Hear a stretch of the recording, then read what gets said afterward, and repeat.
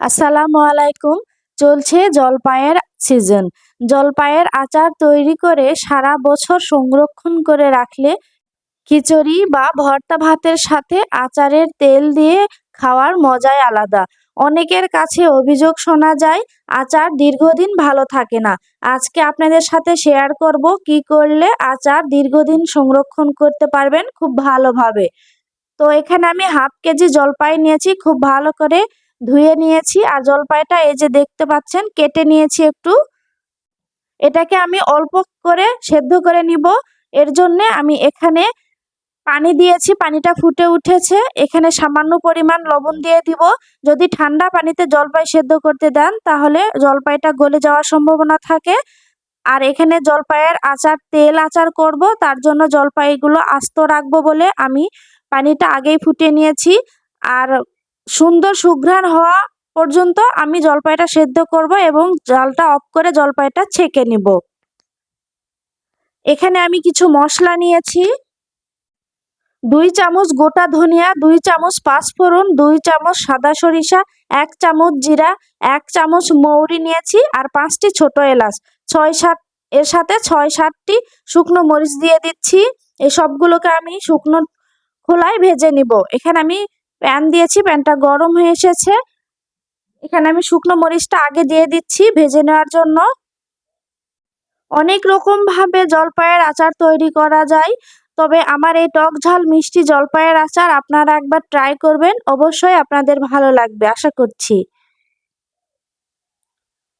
তো আমার শুকনো মরিচগুলো ভাজা হয়ে গিয়েছে, আমি এগুলোকে উঠিয়ে নিচ্ছি। একই প্যানের মধ্যে আমি শুকনো মশলাগুলো সব দিয়ে দিচ্ছি। এই সবগুলো আমি ভেজে গুঁড়ো করে নিব।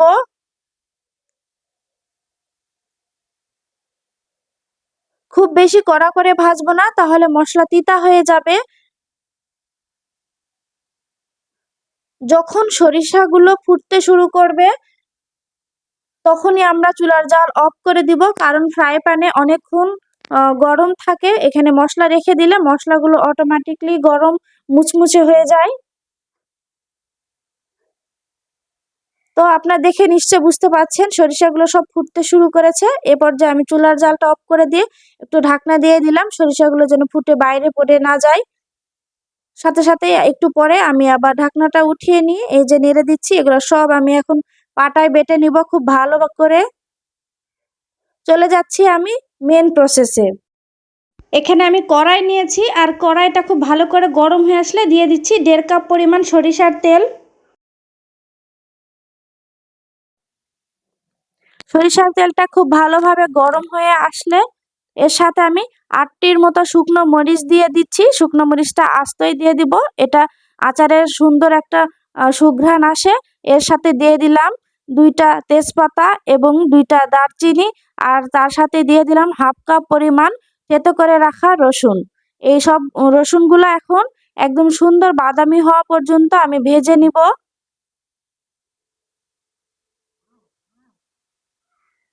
আর এর সাথে দিয়ে দিচ্ছি হাফ চামচ পরিমাণ লবণ।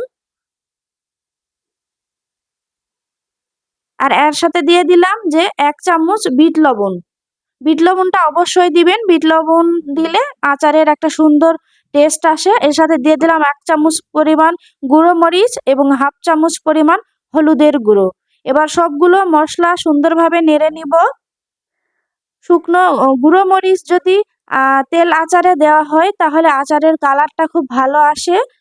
আর কালার ভালো হলে অবশ্যই খাবারের একটা আকর্ষণ বেড়ে যায়। এর সাথে আমি সেদ্ধ করে রাখা জলপাইগুলো দিলাম। জলপাইটা খুব বেশি সেদ্ধ না, হালকা করে সেদ্ধ করা জলপাই দিয়ে খুব ভালো করে মশলার সাথে মিশিয়ে নিতে হবে।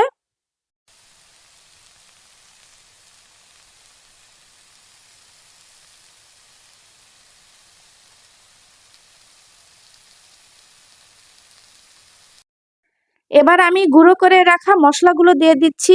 একদম ভর্তি করে 3 চামচ আমি মশলা দিয়ে দিলাম। আমার হাফ কেজি জলপাইয়ের জন্য 3 চামচ গুঁড়ো মশলাই যথেষ্ট মনে হয়েছে। আপনাদের জলপাইয়ের পরিমাণ কম বেশি অনুযায়ী আপনারা মশলা ব্যবহার করবেন।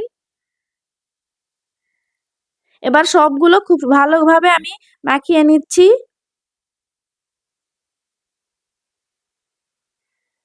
এটা বেশ খানিকক্ষণ জাল হওয়ার পরে এর সাথে আমি দিয়ে দিচ্ছি 1/2 কাপ পরিমাণ চিনি। চিনি দিয়ে খুব ভালো করে আবারও মিশিয়ে নিতে হবে, যেহেতু আমার জলপাইটা হবে টক ঝাল মিষ্টি। যদিও তেল আচার, তারপরেও জলপাইটা যখন আমরা খাবো খালি খালি খুব ভালো লাগবে।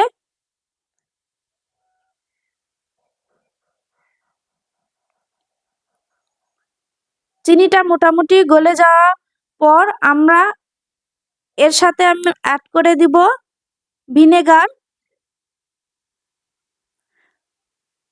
এখানে আমি 1/3 কাপ ভিনেগার দিয়ে দিচ্ছি। ভিনেগারটা অবশ্যই আপনারা ব্যবহার করবেন। ভিনেগার না দিলে জলপাই কিন্তু বেশি দিন ভালো থাকবে না। এই ভিনেগারটাই তেল আচারের মূল জিনিস। এটা দিলে আচারটা নষ্ট হয় না। আর এখানে আমি তেজপাতাগুলো উঠিয়ে ফেলে দিচ্ছি। আর এটা খুব ভালোভাবে নাড়তে থাকবো মশলাগুলো একদম মাখা মাখা হওয়া পর্যন্ত। তো আমার এই জলপাইয়ের আচার রেসিপি যদি আপনাদের ভালো লাগে অবশ্যই লাইক, কমেন্ট এবং শেয়ার করে দিবেন এবং আমার ইউটিউব চ্যানেলটি সাবস্ক্রাইব করে পাশে থাকা বেল বাটনটি প্রেস করে দিবেন, যেন আমার সুন্দর সহজ ঘরোয়া উপকরণের রান্নার ভিডিও নোটিফিকেশন আপনার কাছে পৌঁছে যায়। তো আমার জলপাইটা মোটামুটি হয়ে গিয়েছে। জলপাইয়ের মশলাগুলো সব যখন একদম আঠালো আঠালো হয়ে যাবে তখন বুঝবেন হয়ে গিয়েছে। দেখুন আমার জলপাইয়ের মশলাগুলো ছুলনির সাথে খুব সুন্দরভাবে লেগে যাচ্ছে, তার মানে আমার জলপাইটা একদম হয়ে গিয়েছে। এবার আমি এটাকে খুব ভালোভাবে ঠান্ডা করে তারপরে কাচের বয়ামে তুলবো। এখানে একটা কাচের বয়াম নিয়েছি। এখানে আমি প্রথমে কিছু মশলা এবং প্রথমে কিছু তেল দিয়ে দিলাম, তারপরে আমি জলপাই দিব।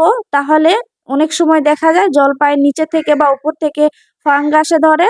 তাহলে এই মশলা যদি আগে দিয়ে দিই তাহলে নিচে থেকে কোনো ফাঙ্গাসে হবে না এবং উপরেও একটু তেল ভরে দিবেন, তাহলে আর ফাঙ্গাস হবে না। তো আমার দেখানো প্রসেসে যদি আপনারা জলপাইয়ের আচার তৈরি করেন তাহলে খুব ভালোভাবে দীর্ঘদিন সংরক্ষণ করতে পারবেন। আমার আচারের কালার দেখুন কতটা লোভনীয় হয়েছে। তো আজকের মতো বিদায় নিচ্ছি। আল্লাহ হাফেজ।